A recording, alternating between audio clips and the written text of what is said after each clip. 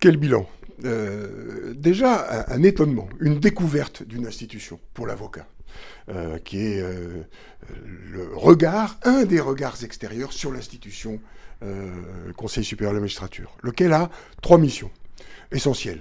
On ne va pas rentrer dans les trop grands détails. Nomination.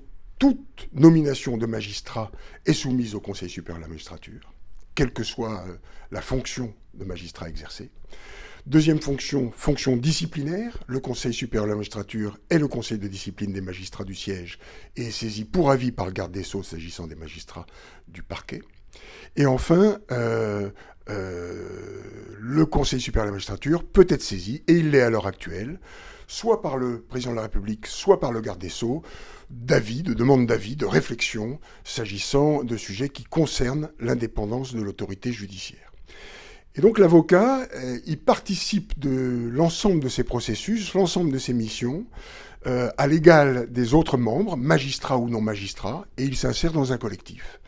Car ce qui est aussi source d'enseignement, c'est qu'il n'y a pas la volonté de distinguer les uns et les autres. Au contraire, d'assumer les complémentarités, les diversités dans l'organisation du Conseil supérieur de la magistrature, diversité à laquelle participe l'avocat, pour émettre des avis, rendre des décisions ou émettre des avis sur les nominations qui soient des avis exercés collégialement et solidairement.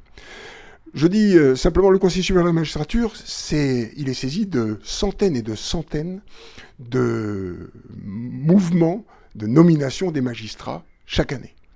Lorsque j'ai été désigné le 8 février, le 17 février, une transparence, c'est-à-dire un mouvement proposé par la chancellerie au titre des nominations de magistrats, de 1000 noms est arrivé. Moi, j'ai été saisi de 67 rapports, c'est-à-dire que c'est un travail effectif. De même, le Conseil supérieur de la magistrature, il peut être saisi des manquements des magistrats par des justiciables.